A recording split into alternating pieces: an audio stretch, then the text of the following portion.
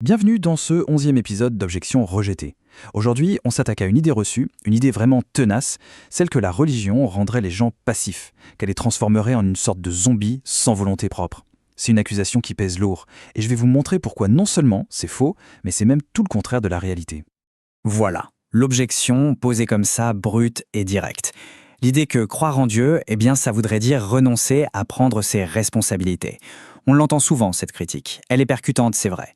Mais on va y répondre de front parce que je suis convaincu qu'elle passe complètement à côté de l'essentiel. Alors pour déconstruire cette idée, voilà le plan de match. On va commencer par regarder le mandat originel de l'humanité, puis on explorera ce cadeau incroyable qu'est le libre arbitre, ensuite on se demandera d'où vient vraiment l'apathie, avant de finir avec des preuves historiques très concrètes. Prêt ? C'est parti. Alors, on y va.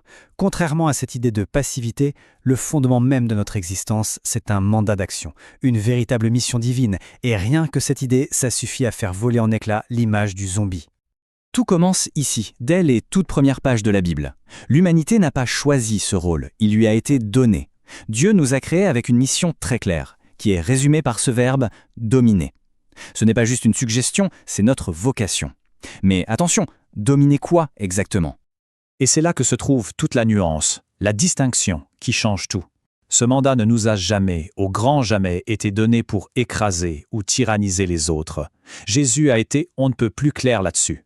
Notre mandat, c'est de gérer, de prendre soin de la création, les poissons, les oiseaux, la terre elle-même. C'est un appel à être des gérants responsables, pas des tyrans. Et puis, franchement, un zombie n'a pas besoin d'outils.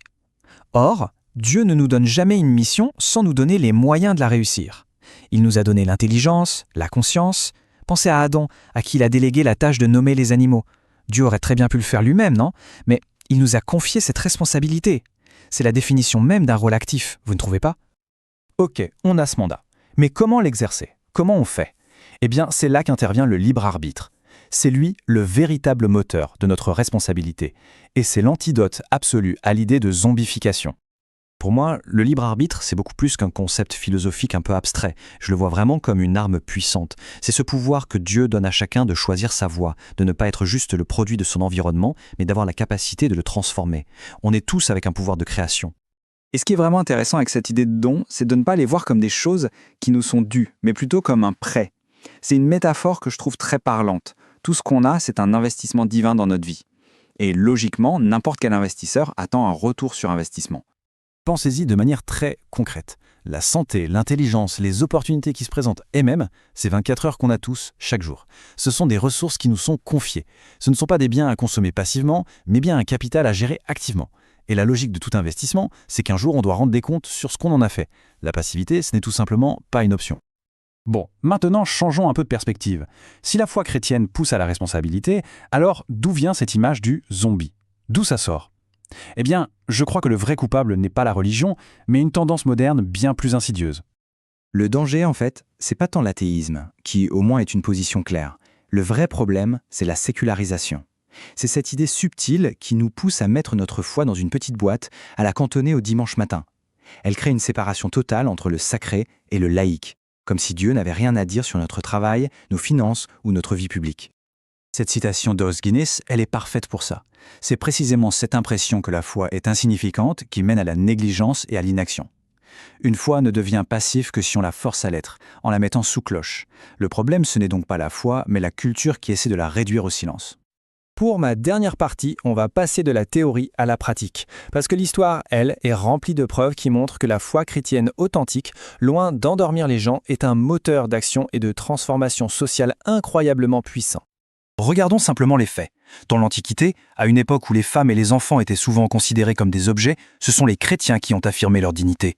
Bien plus tard, c'est au nom de la conviction que chaque être humain est créé à l'image de Dieu que des chrétiens ont mené le combat pour l'abolition de l'esclavage.